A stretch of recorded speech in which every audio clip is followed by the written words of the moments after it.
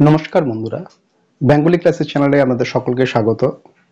আজকে আমরা আলোচনা করব বাচ্চ সম্পর্কিত যে ক্লাসগুলোর আগে আমরা আলোচনা করছিলাম যে বাচ্চ কাকে বলে, বাচ্চ কয় প্রকার এবং তাদের বৈশিষ্ট্য এবং তাদের যে ভাগগুলো রয়েছে সেই ভাগের সাথে কিভাবে পরিবর্তন করা যায়। বাচ্চ বলেছিলাম আমরা যে বাচ্চগুলো মূলত চারটি ভাগে ভাগ করা যায়: কর্তৃবাচ্য, কর্মবাচ্য, ভাববাচ্য আর কর্মকর্তৃবাচ্য।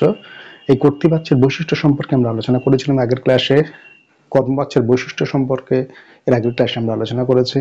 ভাববাচ্যের বৈশিষ্ট্য যেটা রয়েছে সেই সম্পর্কিত আলোচনা আমরা করেছি আগের ক্লাসে।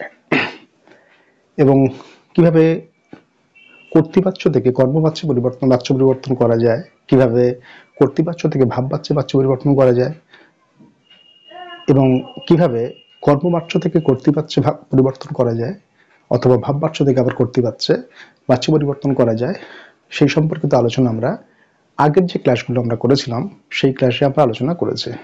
আজকের ক্লাসে আমাদের আলোচনার বিষয় হলো যে বাচ্চ সম্পর্কিত যে এমসিকিউ টাইপ প্রশ্ন আসে, সেই বাচ্চ সম্পর্কিত এমসিকিউ টাইপ প্রশ্নে কেমন ধরনের প্রশ্ন আসে এবং সেই প্রশ্নগুলোর মধ্যে এমসিকিউ টাইপ প্রশ্ন মানে হচ্ছে মাল্টিপল চয়েস কোশ্চেন প্রশ্ন। এই মাল্টিপল চয়েস প্রশ্নের মধ্যে মূলত একের অধিক বা চারটি যে অপশন থাকে তার মধ্যে সঠিক অপশনটা আমাদের বেছে নিতে হয়। সেই সঠিক অপশনের মধ্যে যেটা সঠিক প্রশ্ন সেটা আমাদেরকে বেছে নিতে হয়। তো আমরা আজকে সেই বাচ্চ সম্পর্কিত এমসিকিউ টাইপ যে প্রশ্ন সেই সম্পর্কিত প্রশ্নের উত্তর সম্পর্কে আমরা আজ ক্লাসে আলোচনা করব। তো শুরু করা যাক আজকের ক্লাস। বলছে 1 নম্বর প্রশ্ন, প্রচলিত বা সংস্কৃত ব্যাকরণ অনুসারে বাচ্চাকে কয় ভাগে ভাগ করা যায়? এর আগে আমরা আলোচনা করেছিলাম যে বাচ্চাকে মূলত প্রধান ভাগে 3টি ভাগে ভাগ করা গেলেও মূলত বাচ্চাকে 4 ভাগে ভাগ করা যায়। সেটা হচ্ছে একটা হচ্ছে কর্তৃবাচ্য, কর্মবাচ্য, ভাববাচ্য আর কর্মকর্তৃবাচ্য। তাহলে এখানে অপশন রয়েছে প্রচলিত বা সংস্কৃত ব্যাকরণ অনুসারে বাচ্চ কয় প্রকার? 2 প্রকার, অপশন এ 3 প্রকার, সি 4 প্রকার, না ডি হচ্ছে 5 প্রকার। তো মূলত আমরা যেটা দেখব, যেহেতু আমরা জানি যে ব্যাকরণ অনুসারে মূলত 4টি ভাগে বর্তমান সময় ভাগ করা হচ্ছে, সেটা হচ্ছে কর্তৃবাচ্য, কর্মবাচ্য, ভাববাচ্য, কর্মকর্তৃবাচ্য। তাহলে এখানে যে সঠিক উত্তরটা হবে সেটা হচ্ছে একে সি, বাক্য হচ্ছে মূলত 4 প্রকার বাচ্য: কর্তৃবাচ্য, কর্মবাচ্য, ভাববাচ্য, কর্মকর্তৃবাচ্য। পরবর্তী প্রশ্ন, দ্বিতীয় প্রশ্ন বলছে যে বাক্য বিন্যাসে ক্রিয়াপদটি সাধারণত কর্তৃপদের অনুগামী হয় তাকে কি বলে? যে বাক্য বিন্যাসে ক্রিয়াপদটি সাধারণত কর্তৃপদের অনুগামী হয় তাকে কি বলে? তাকে কর্তৃবাচ্য বলে, কর্মবাচ্য বলে, কর্মকর্তৃবাচ্য না ভাববাচ্য বলে? এর আগে আমরা আলোচনা করেছিলাম যে যদি দেখা যায় যে একটা বাক্য দেওয়া থাকে এবং সেই বাক্যের মধ্যে সাধারণত আমরা দেখি যে একটা বাক্যের মধ্যে কর্তা রয়েছে, কর্ম রয়েছে আর ক্রিয়া রয়েছে। এবারে এই বাক্যের মধ্যে যে কর্তা রয়েছে, কর্ম রয়েছে ও ক্রিয়া রয়েছে, তার মধ্যে যখনই সেই বাক্যের মধ্যে কর্তার অনুগামী হবে ক্রিয়া, তখন সেটা কর্তৃবাচ্য। যদি ক্রিয়া কর্মের অনুগামী হয় সেটা হচ্ছে কর্মবাচ্য, আর ক্রিয়ায় যদি প্রাধান্য পায় তখন সেটা হয় ভাববাচ্য। তো এখানে আগেই বলে দিয়েছে যে বাক্য বিন্যাসে ক্রিয়াপদটি সাধারণত কর্তৃপদের অনুগামী হবে, তাহলে ক্রিয়াপদ যদি কর্তার অনুগামী হয় তাহলে কর্তৃবাচ্য, ক্রিয়াপদ যদি কর্মের অনুগামী হয় তাহলে সেটা কর্মবাচ্য, আর যদি ক্রিয়াই হচ্ছে কর্তৃকর্মকে এড়িয়ে যদি ক্রিয়ায় যদি প্রাধান্য লাভ করে তাহলে সেটা হচ্ছে ভাববাচ্য। তাহলে বাক্যের মধ্যে কর্তা, কর্ম, ক্রিয়া থাকে, ক্রিয়া যদি কর্তার অনুগামী হয় তাহলে সেটা কর্তৃবাচ্য। তো ক্রিয়াপদটি সাধারণত কর্তৃপদের অনুগামী হয় তাহলে সেটা কি হবে? অপশন এ হবে কর্তৃবাচ্য। কর্মবাচ্য, কর্মকর্তৃবাচ্য, ভাববাচ্য কোনোটাই হবে না। যদি বলতো ক্রিয়াপদটি কর্মপদের অনুগামী হয় তাহলে সেটা হতো কর্মবাচ্য, আর যদি বলতো ক্রিয়াই প্রাধান্য পেয়েছে তাহলে সেটা হতো ভাববাচ্য। তৃতীয় যে প্রশ্ন বলছে কর্মবাচ্যের কর্তাকে কি বলে? এবারে কর্মবাচ্য, কর্ম যে বাচ্য রয়েছে, এই কর্মবাচ্যের যে কর্তা থাকে তাকে কি বলে? তো মূলত এখানে বলছে উক্ত কর্তা, অনুক্ত কর্তা, সহযোগী কর্তা না ব্যতিহার কর্তা। এবার আমরা বলি এই উত্তরটা করবার আগে আমাদের 4টে যে কর্তা এখানে আলোচনা করা হয়েছে সেগুলো সম্পর্কে একটা প্রাথমিক ধারণা জানা প্রয়োজন, না হলে আমরা উত্তরটা সঠিক করতে পারবো না। এই উক্ত কর্তা মানে হচ্ছে যদি কোনো বাক্যের মধ্যে কোনো কর্তা থাকে এবং সেই কর্তার যদি বিভক্তি শূন্য হয় তাহলে সেটা হবে সেই কর্তাকে আমরা বলি উক্ত কর্তা। অর্থাৎ এ কে তে র এর অন্তস্থ এরকম কোনো বিভক্তি সেই কর্তায় থাকে না, সেটা শূন্য বিভক্তি হয়, তাহলে সেই ক্ষেত্রে সেটাকে বলে উক্ত কর্তা। অনুক্ত কর্তা যদি বলছে যে কর্মবাচ্য ভাববাচ্যের মধ্যে যদি বিভক্তি অনুসর্গযুক্ত কোনো কর্তা থাকে তাহলে সেটাকে বলা হচ্ছে অনুক্ত কর্তা। আগের ক্লাসগুলোতে আমরা আলোচনা করেছি। আর সহযোগী কর্তা হচ্ছে একটি বাক্যের মধ্যে যদি দুটি কর্তা থাকে, একটি বাক্যের মধ্যে যদি দুটি কর্তা থাকে এবং তাদের মধ্যে যদি পারস্পরিক সহযোগিতার ভাব প্রকাশ পায় তাহলে সেটা বলা হচ্ছে সহযোগী কর্তা। তো যেমন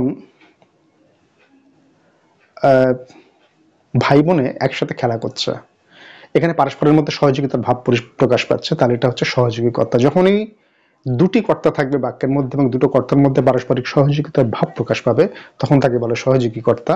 আর যখন দেখা যায় যে দুটি, আর ব্যতিহার কর্তা কি বলছে, একটি বাক্যের মধ্যে যদি দুটি কর্তা থাকে এবং পরস্পরের মধ্যে বিবাদ বোঝায়, তো সেই ক্ষেত্রে সেটাকে বলা হচ্ছে ব্যতিহার কর্তা। অর্থাৎ একে অপরের বিরোধিতা করে, তখন সেটাকে বলছে ব্যতিহার কর্তা।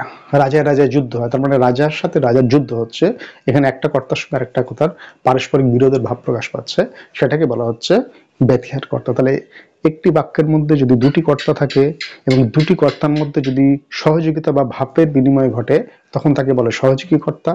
আবার একটি বাক্যের মধ্যে যদি একটি বাক্যের মধ্যে দুটি কর্তা থাকে এবং দুটি কর্তার মধ্যে পারস্পরিক বিবাদ বা সংঘর্ষ বোঝায় তখন তাকে বলে ব্যতিহার কর্তা।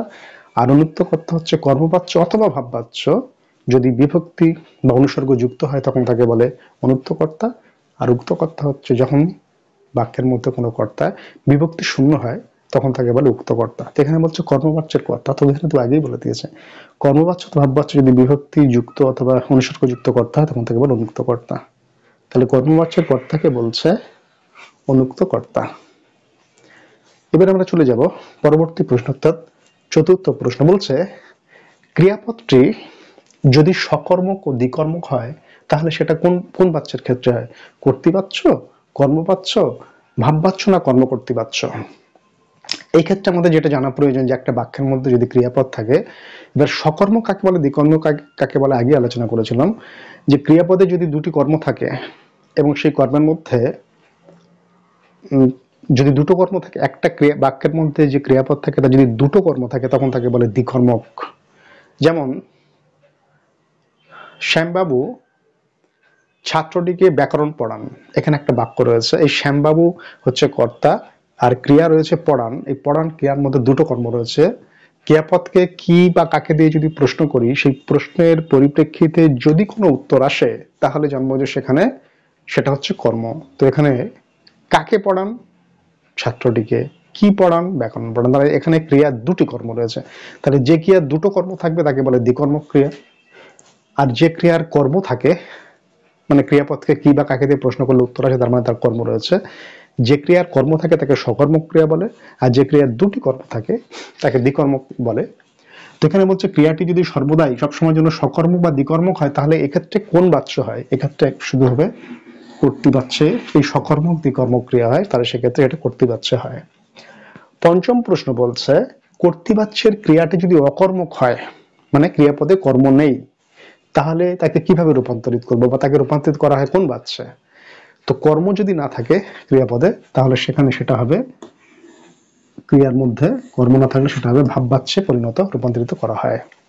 আর ষষ্ঠ যে প্রশ্ন বলছে কর্তৃবাচ্যের ক্রিয়াটি যদি সকর্মক হয়, সকর্মক মানে কর্ম রয়েছে যে ক্রিয়ার, সেক্ষেত্রে এখানে কর্মের প্রাধান্য পাবে, তাহলে সেটা হবে পরিবর্তিত হবে কর্মবাচ্যে। প্রশ্নগুলো আরেকবার রিপিটেশন বা পুনরাবৃত্তি যদি আমরা করি, বলছে প্রচলিত বা সংস্কৃত ব্যাকরণ অনুসারে বাচ্যকে সাধারণত কয় ভাগে ভাগ করা হয়? প্রচলিত বা সংস্কৃত ব্যাকরণ অনুসারে বাচ্যকে 4 ভাগে ভাগ করা হয়, কর্তৃবাচ্য, কর্মবাচ্য, কর্মকর্তৃবাচ্য, ভাববাচ্য। তার এখানে অপশন হবে সি, 2 প্রকার, 3 প্রকার, 4 প্রকার না 5 প্রকার? অপশন সি হবে 4 প্রকার। দ্বিতীয় প্রশ্ন, যে বাক্য বিন্যাসে ক্রিয়াপদটি সাধারণত কর্তৃপদের অনুগামী হয় তাকে বলে কি বাচ্য? কর্তৃবাচ্য, কর্মবাচ্য, কর্মকর্তৃবাচ্য না ভাববাচ্য? এটা হবে কর্তৃবাচ্য। কারণ কি? এখানে ক্রিয়াপদ যদি কর্তৃপদের অনুগামী হয়, মানে কর্তৃপদকে ক্রিয়াপদ যদি অনুসরণ করে, ক্রিয়া যদি কর্তৃপদকে অনুসরণ করে তাহলে সেটা হচ্ছে কর্তৃবাচ্য। ক্রিয়াপদ যদি কর্মকে অনুসরণ করে তাহলে সেটা হবে কর্মবাচ্য। আর যদি কর্তা এবং কর্মকে এড়িয়ে যদি ক্রিয়াই প্রাধান্য লাভ করে তখন সেটা হবে ভাববাচ্য। তো যেহেতু ক্রিয়া কর্তৃপদের অনুগামী, মানে কর্তৃকে অনুসরণ করছে, তাকে সেটা হবে কর্তৃবাচ্য। তৃতীয় প্রশ্ন বলছে কর্মবাচ্যের কর্তাকে কি বলে। আগেই বলেছে যে কর্মবাচ্য বা ভাববাচ্যের যে কর্তা রয়েছে সেই কর্তা যদি বিভক্তি যুক্ত এবং অনুসর্গ যুক্ত হয় তখন তাকে বলে অনুক্ত কর্তা। এগুলো আর উক্ত কর্তা আমি আগেই বলেছি, যদি একটা বাক্যের মধ্যে কর্তা থাকে এবং সেই কর্তা যদি বিভক্তি শূন্য হয় তখন তাকে বলে উক্ত কর্তা, তাহলে এটা হবে না। আর সহযোগী কর্তা হচ্ছে একটা বাক্যের মধ্যে দুটি কর্তা থাকলে এবং দুটি কর্তার মধ্যে সহযোগিতা বা ভাবের বিনিময় ঘটলে তখন তাকে বলে সহযোগী কর্তা। আর ব্যতিহার কর্তা হচ্ছে একটি বাক্যের মধ্যে দুটি কর্তা থাকলে দুটি কর্তার মধ্যে পারস্পরিক বিবাদ যদি বোঝায় তাহলে সেটা হবে ব্যতিহার কর্তা। চলে যাবো আমরা চতুর্থ প্রশ্নে। ক্রিয়াটি সর্বদা যদি সকর্মক ও দ্বিকর্মক হয়। আগেই বলেছি সকর্ম মানে যে ক্রিয়ার কর্ম রয়েছে সে হচ্ছে সকর্মক, অকর্মক মানে যার কর্ম নেই, আর দ্বিকর্মক মানে হচ্ছে যে ক্রিয়ার দুটো কর্ম রয়েছে। তো এই যে ক্রিয়াপদটা সকর্মক দ্বিকর্মক দুটো থাকবে তখন সেক্ষেত্রে সেটা হবে কর্তৃবাচ্যে তাকে রূপান্তরিত করা হয়। আর পঞ্চম হচ্ছে কর্তৃবাচ্যের ক্রিয়াটি অকর্মক যদি হয় তাকে কিভাবে রূপান্তরিত করব। অকর্মক মানে ক্রিয়ার কর্ম নেই, তাহলে সেক্ষেত্রে সেটা ভাববাচ্যে পরিণত হবে। আর যদি ক্রিয়াপদটি সকর্মক হয় মানে কর্ম থাকে তাহলে সেটা কর্মের প্রাধান্য পাবে, তার মানে সেটা হবে কর্মবাচ্যে রূপান্তরিত করতে হবে। এরপর আমরা দেখব এই বাচ্য সম্পর্কিত এমসিকিউ টাইপের পরবর্তী প্রশ্নগুলো।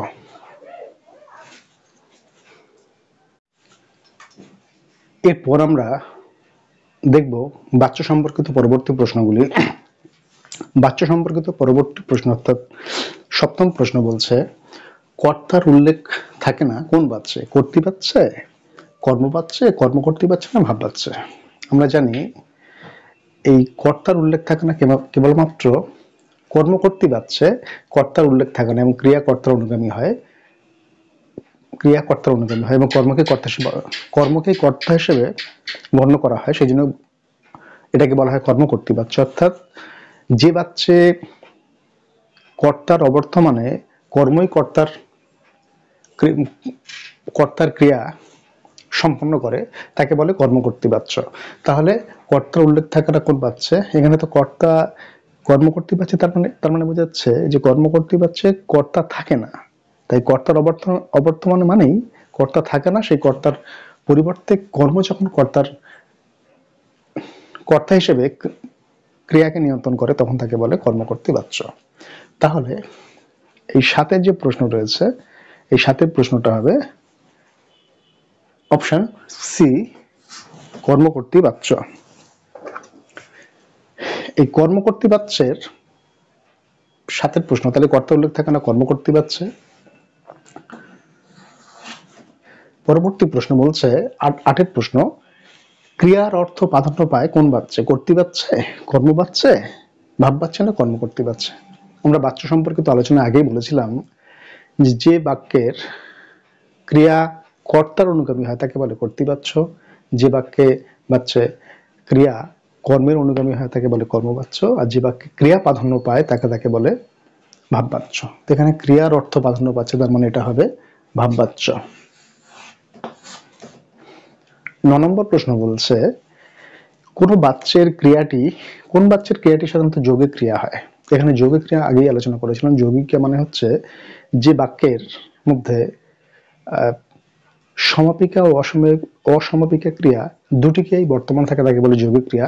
আর এই যৌগিক ক্রিয়া কেবলমাত্র দেখা যায় এই ভাববাচ্যে, যেখানে ক্রিয়া প্রাধান্য পাবে। তাহলে এখানে এই ভাববাচ্যে যৌগিক ক্রিয়া অর্থাৎ সমাপিকা ক্রিয়া ও অসমাপিকা ক্রিয়া উভয় ক্রিয়াই থাকে তাকে বলে যৌগিক ক্রিয়া। আর কোন বাচ্যে যৌগিক ক্রিয়া দেখা যায় সাধারণত, এটা হচ্ছে ভাববাচ্যে, কারণ এখানে ভাববাচ্যের মধ্যে কেবল ক্রিয়ার প্রাধান্য পায়। 10 নম্বর প্রশ্ন বলছে বাচ্যান্তর ঘটে না। বাচ্যান্তর মানে হচ্ছে বাচ্য পরিবর্তন। বাচ্যান্তর শব্দের অর্থ হচ্ছে বাচ্য পরিবর্তন। বাচ্য পরিবর্তন করা যায় না, এটা কোন বাচ্যে, কর্তৃবাচ্যে, কর্মবাচ্যে না ভাববাচ্যে না কর্মকর্তৃবাচ্যে। আমরা সকলেই জানি যে কর্তৃবাচ্যে বাচ্য পরিবর্তন করা যায়, কর্মবাচ্যকেও বাচ্য পরিবর্তন করা যায়, ভাববাচ্যকেও বাচ্য পরিবর্তন করা যায়। কেবলমাত্র এই কর্মকর্তৃবাচ্যকে বাচ্যান্তর বা বাচ্য পরিবর্তন করা যায় না। 11তম প্রশ্ন শাঁখ বাজছে এটি হলো কর্তৃবাচ্য, কর্মবাচ্য, না কর্মকর্তৃবাচ্য, না ভাববাচ্য। এই শাঁখ বাজছে, শাঁখের কখনোই সম্ভব নয় যে শাঁখ নিজে নিজে বাজতে পারে। শাঁখের কখনোই বাজা সম্ভব নয়। শাঁখ নিজে নিজে বাজতে পারে না, শাঁখকে কাউকে না কাউকে বাজাতে হয়। যেহেতু এখানে কে বাজায় সেই কর্তা এখানে অনুপস্থিত, তাই কর্তার অবর্তমানে কর্ম কি বাজছে? শাঁখ বাজছে। এটা হচ্ছে কর্ম, এটা কর্ম। তো কর্তার অবর্তমানে কর্ম যখন ক্রিয়াকে নিয়ন্ত্রণ করছে তখন তাকে বলে কর্মকর্তৃবাচ্য। তাহলে এটা হলো সি, অপশন সি, কর্মকর্তৃবাচ্য। সাংবাচ্য এটি হলো কর্মকর্তৃবাচ্য। 12তম প্রশ্ন বলছে দ্বারা দিয়া, কর্তৃক ইত্যাদি অনুসর্গ, এই যে অনুসর্গ ব্যবহৃত হয় কোন বাচ্যে? কর্তৃবাচ্যে, কর্মবাচ্যে, না কর্মকর্তৃবাচ্যে, না ভাববাচ্যে? আমরা জানি এই দ্বারা দিয়া কর্তৃকে অনুসর্গ ব্যবহার করা হয় কেবলমাত্র কর্মবাচ্যে। আর 13তম প্রশ্ন, কর্তৃবাচ্যের কর্তায় সাধারণভাবে যে বিভক্তি থাকে তা হলো এই বিভক্তি, তে বিভক্তি, না শূন্য বিভক্তি, না র বা এই বিভক্তি? কর্তৃবাচ্যের কর্তায় সাধারণত থাকে যেটা, সেটা হচ্ছে শূন্য বিভক্তি। তো এই বাচ্য সম্পর্কিত এমসিকিউ টাইপের প্রশ্ন যদি প্রশ্নগুলোকে আরেকবার রিপিটেশন করি, 7ম প্রশ্ন বলছে কর্তার উল্লেখ থাকে না কোথায়? কর্তার উল্লেখ থাকে না কেবলমাত্র কর্মকর্তৃবাচ্যে। কারণ এই কর্মকর্তৃবাচ্যে কর্তার অবর্তমানে, মানে কর্তা সেখানে থাকে না বলেই কর্ম কর্তার ভূমিকা পালন করে, তাই এটাকে বলা হচ্ছে কর্মকর্তৃবাচ্য। 8 দাগের ক্রিয়ার অর্থ প্রাধান্য পায় কোন বাচ্যে? কর্তৃবাচ্যে, কর্মবাচ্যে, ভাববাচ্যে, না কর্মকর্তৃবাচ্যে? আমরা বলেছি একটা বাক্য দেওয়া থাকলে বাক্যের মধ্যে যদি কর্তা থাকে, কর্ম থাকে, ক্রিয়া থাকে, তাহলে যেখানে ক্রিয়া কর্তার অনুগামী অর্থাৎ কর্তা প্রাধান্য লাভ করে যে বাক্যে, সেটাকে বলে কর্তৃবাচ্য। আর যে বাচ্যে কর্ম প্রাধান্য লাভ করে অর্থাৎ কর্মই প্রধান, ক্রিয়া কর্মের অনুগামী, তাকে বলে কর্মবাচ্য। আর যে বাক্যে ক্রিয়াপদ প্রাধান্য লাভ করে তাকে বলে ভাববাচ্য। এখানে ক্রিয়ার অর্থ প্রাধান্য পাচ্ছে, মানে এটা হচ্ছে অপশন সি, ভাববাচ্য। 9 নম্বর প্রশ্ন, কোন বাচ্যের ক্রিয়াটি সাধারণত যৌগিক ক্রিয়া হয়? যৌগিক ক্রিয়া মানে হচ্ছে যে ক্রিয়ার দুটি ক্রিয়া, সমাপিকা ও অসমাপিকা দুটি ক্রিয়াই থাকে যে বাক্যে, সেটাকে বলে যৌগিক ক্রিয়া। তো এই যৌগিক ক্রিয়া দেখা যায় কেবলমাত্র ভাববাচ্যে, কারণ ভাববাচ্য হচ্ছে ক্রিয়াপদের অর্থ প্রাধান্য পায়, সেই কারণে ভাববাচ্যে কেবল যৌগিক ক্রিয়া থাকে। Option C. 10তম প্রশ্ন, বাচ্যান্তর ঘটনা মানে বাচ্য পরিবর্তন করা যায় না, এটা কোন বাচ্চা? এটা কর্তৃবাচ্যে, কর্মবাচ্যে, ভাববাচ্যে, না কর্মকর্তৃবাচ্যে? আমরা জানি কর্তৃবাচ্যের বাচ্য পরিবর্তন করা যায়, কর্মবাচ্যের বাচ্য পরিবর্তন করা যায়, ভাববাচ্যেরও বাচ্য পরিবর্তন করা যায়, কিন্তু কেবলমাত্র কর্মকর্তৃবাচ্যে বাচ্য পরিবর্তন করা যায় না। তাহলে এটা হবে অপশন ডি, কর্মকর্তৃবাচ্য। আর 11তম প্রশ্ন বলছে শাঁখ বাজছে, এটি কি? এবারে শাঁখ বাজছে, শাঁখ একটা বস্তু, শাঁখের পক্ষে কখনো নিজে নিজে বাজা সম্ভব নয়। শাঁখকে বাজতে গেলে অন্য কাউকে বাজাতে হবে। এখানে কে বাজাচ্ছে সেটাও অনুপস্থিত, অর্থাৎ কর্তা এখানে অনুপস্থিত। এখানে কর্তার বর্তমানে শাঁখ কর্ম, ক্রিয়াপদকে যদি কি দিয়ে বা কাকে দিয়ে প্রশ্ন করি, যদি কোনো উত্তর আসে তাহলে কর্ম। কি বাজছে? শাঁখ বাজছে। তাহলে এখানে কি শাঁখ কর্ম, কিন্তু কর্ম থাকলেও সেটা কর্ম ক্রিয়ার অবর্তমানে কর্ম কর্তার ভূমিকা পালন করছে, সেজন্য এটা হচ্ছে অপশন সি, কর্মকর্তৃবাচ্য। আর 12তম প্রশ্ন, দ্বারা দিয়ে, কর্তৃক ইত্যাদি অনুসর্গ কোন বাচ্চা ব্যবহার করা হয়? কর্মবাচ্য, কর্তৃবাচ্য, ভাববাচ্য, না কর্মকর্তৃবাচ্য? এটা কেবলমাত্র কর্মবাচ্যে ব্যবহার করা হয় দ্বারা দিয়ে কর্তৃক অনুসর্গ।